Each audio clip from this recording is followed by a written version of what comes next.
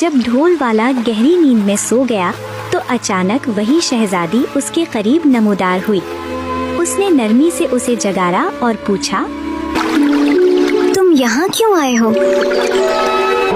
मैं यहाँ तुम्हें आजाद करवाने आया हूँ, मगर एक बढ़िया ने ऐसा काम दिया है जो नामुमकिन है। तुम ये खाना खाओ और सो जाओ और ये काम खुद हो जाएगा।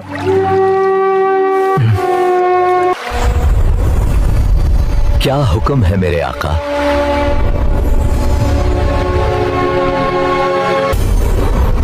जाओ, तालाब का सारा पानी दूसरे तालाब में डाल दो। जिन्ने एक ही लम्हे में तालाब का सारा पानी दूसरे तालाब में मुंतकिल कर दिया और तमाम मछलियों को भी निहायत तरतीब से किनारे पर सजा दिया। जब ढोल वाला सोकर उठा तो ये मंजर देखकर हैरत में डूब गया। वो अपनी आंखों पर यकीन नहीं कर पा रहा था। जो काम उसे नामुमकिन लग रहा था वो पल भर में मुकम्मल हो चुका था। कुछ देर बाद वही बुढ़िया वहां आ पहुंची। उसने इर्द गिर्द नजर दौड़ाई, तालाबों को देखा और फिर ढोल वाले की तरफ देखकर बोली, ठीक है, तुमने मेरा पहला काम मुकम्मल कर दिया।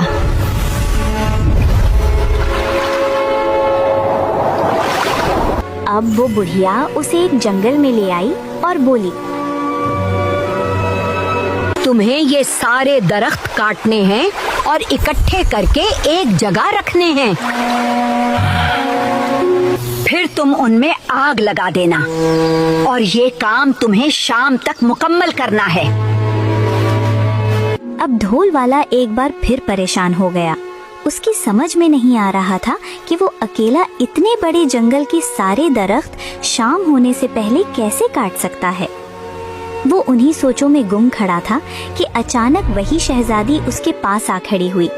वो शहजादी जो अभी तक जालिम जादूगरनी की कैद में थी। तुम सो जाओ और ये काम शाम से पहले खुद हो जाएगा। क्या हुक्म है मेरे आका? तुम जंगल के सारे दरख्त काट कर एक जगह इकट्ठे करो और फिर उनमें आग लगा दो। जादूगरनी हमेशा के लिए अपने ही जादू से गायब हो गई। अब शहजादी और ढोल वाला उसी शीशे के पहाड़ पर थे। शुक्रिया ढोल वाले, तुमने मुझे उस जालिम जादूगरनी से आजाद करवा दिया। अब शहजादी ने अपनी अंगूठी से एक बार फिर जिन को बुलाया। जिन के नमूदार होते ही वो तीनों शीशे के पहाड़ से नीचे उतर आए। पहाड़ के दामन में शहजादी को ले जाने के लिए परियों की एक निहायत खूबसूरत और जगमगाती बग्घी मौजूद थी। बग्घी चमकती हुई रोशनियों और परों जैसी नजाकत से सजी हुई थी। शहजादी उस बग्घी में बैठी और पल भर में वो आसमान की बुलंदियों में ओझल हो गई। उसी रात ढोल वाला उसी साहिल पर आ पहुंचा। उसका दिल उदास था और वो बार बार शहजादी के बारे में सोच रहा था। अचानक साहिल पर एक तेज रोशनी नमूदार हुई। रोशनी के खत्म होते ही उसने अपने सामने वही डिबिया देखी जो कीमती मोतियों से भरी हुई थी। ढोल वाले ने वो डिबिया उठा ली और खामोशी से अपने घर वापस आ गया। वो माला माल तो हो गया, मगर साहिल की उस शहजादी को वो ना भुला सका।